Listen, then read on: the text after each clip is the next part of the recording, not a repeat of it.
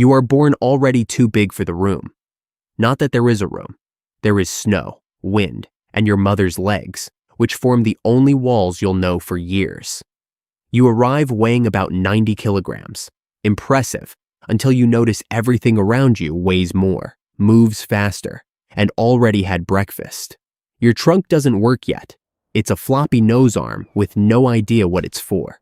You try to use it to stand. It flops. An ant steps sideways to block the wind, and her foot lands close enough that you feel the ground shake before you understand what almost happened. Welcome to the herd. You're a group project nobody asked to join, and the project is keep this thing alive.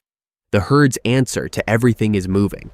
Cold, move. Hungry, move. You're 6 hours old and already learning rule 1 of mammoth life. Standing still is a luxury for animals that aren't you.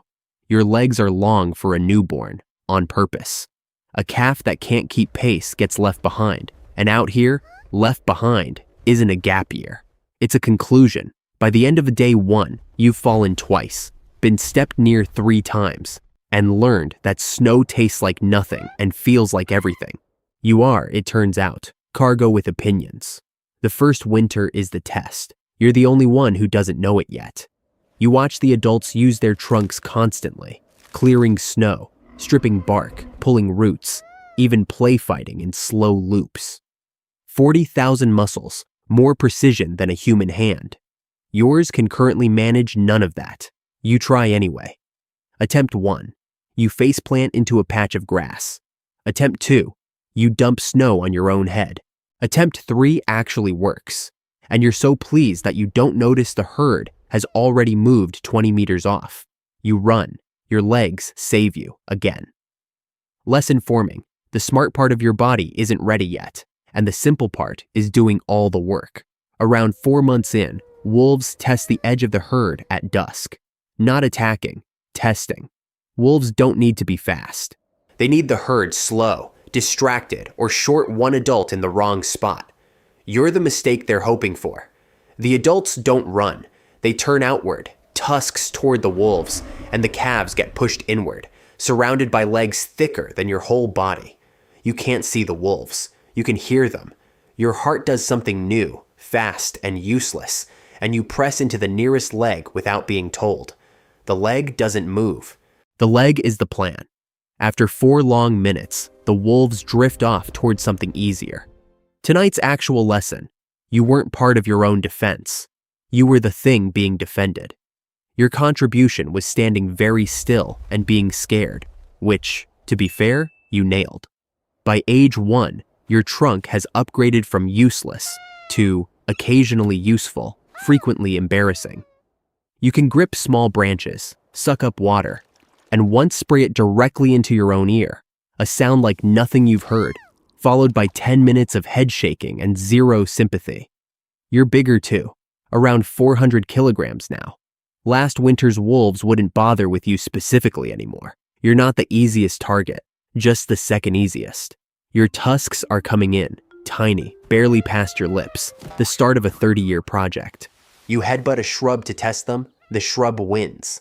Summers are short and frantic. The steppe goes from white to a brief, urgent green, and the herd eats like the green is a rumor, which it kind of is. Your gut can extract nutrition from grass and woody plants that would starve most animals. But in exchange, a body this size burns calories the way wind burns heat, constantly, without asking. At 6, your first real predator test arrives. A lone cave lion finds an 8-second gap in the formation, while your mother is 15 meters away. The lion needs about 3. You do the only thing your body knows. You scream, a high, raw trumpet. Nothing like the adult's deep rumble, and you turn to face it instead of running, because something buried under all this awkward growth insists your front end is the dangerous end. Theoretically, your tusks are still small. If this lion commits, theoretically dangerous and actually dangerous are about to become very different categories. It doesn't commit because your mother arrives. 6 tons of absolutely not tusks forward, closing fast enough to make the lion's decision for it. The lion peels off. You stand there, trumpeting, doing nothing useful, while the actual save happens 12 feet to your left. Lesson of Year 6. Bravery without capability is just a louder way of needing rescue. The years that follow are less drama, more slog. Tusks lengthen 10 to 18 centimeters a year. Your shoulder hump, your future winter fuel tank, starts building. Your trunk finally starts doing what you've watched for years. Stripping bark, snapping branches, pulling frozen tussocks free with real precision. Several times, your life has depended on this. Several times, it's worked. By 10, you're adolescent large, big enough that small predators ignore you, not big enough to earn the respect that comes with full size, and now running on hormones your judgment hasn't caught up to. You push harder in play fights. You hold your ground a beat too long when an adult female says, "Move." The herd notices. The herd has seen this before. And somewhere in every adult female's quiet calculation, not cruelty, just the same practicality that's kept this herd alive for generations, a clock starts. You don't hear it yet. You will. The eviction doesn't come as a fight. It comes as a slow closing of distance. Adult females positioning themselves between you and the herd's center again and again, until again and again becomes always. You don't understand it. From the inside, it feels personal.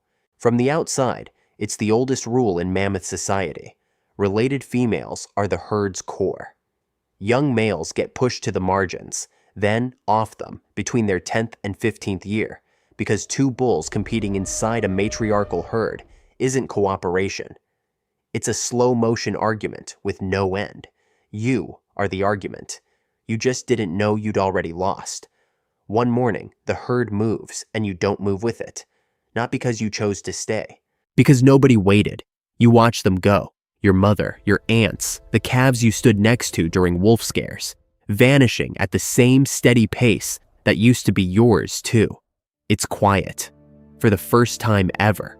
Solo life has new rules, and they took effect before anyone explained them. No wall of legs, no shared decisions.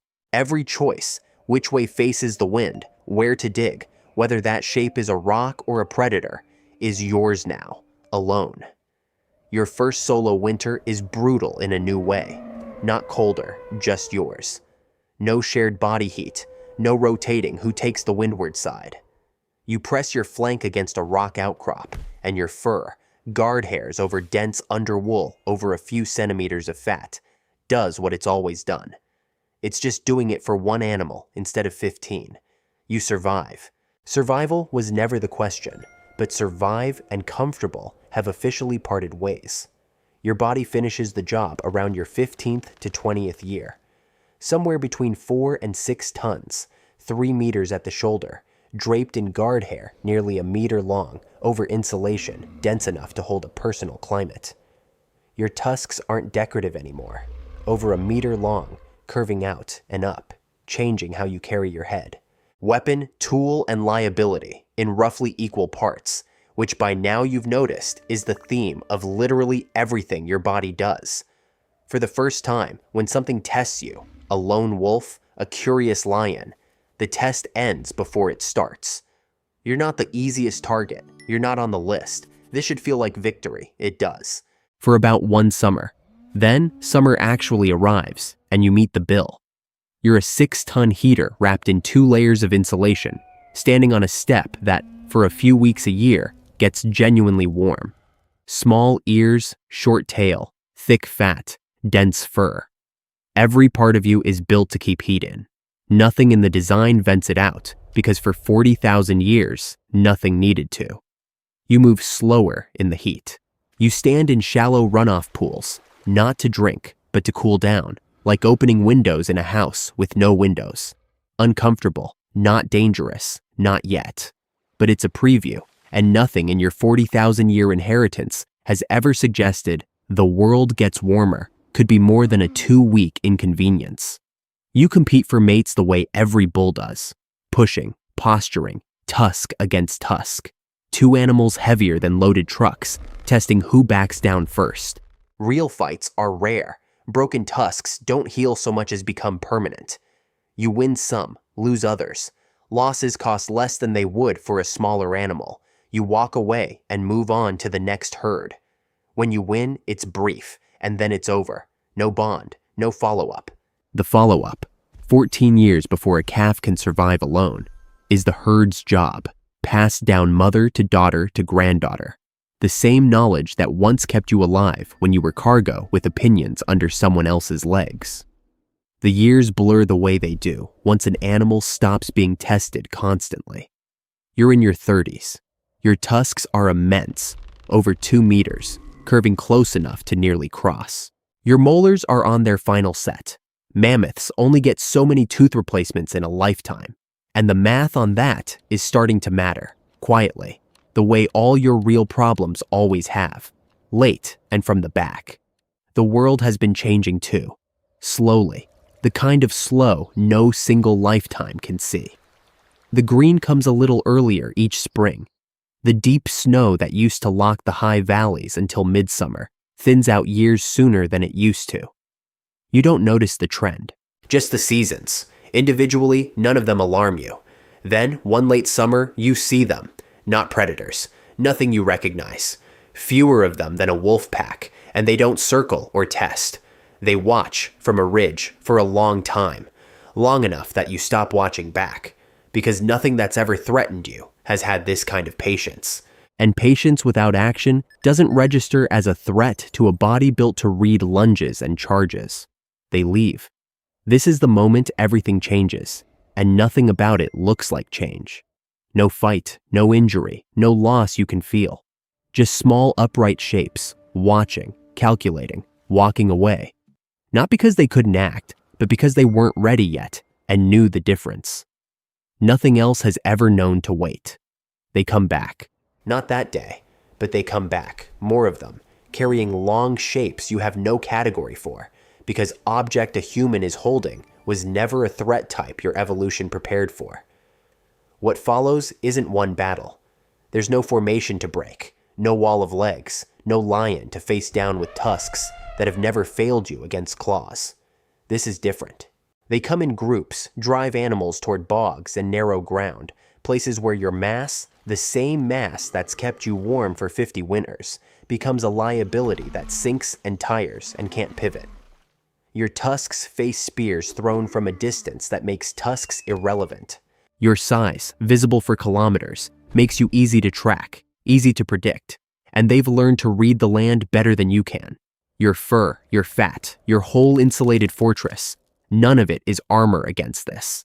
It's just more material for something that's figured out how to use every part of you. You outlast most. You're old, wary, you've learned, vaguely, to give certain places distance.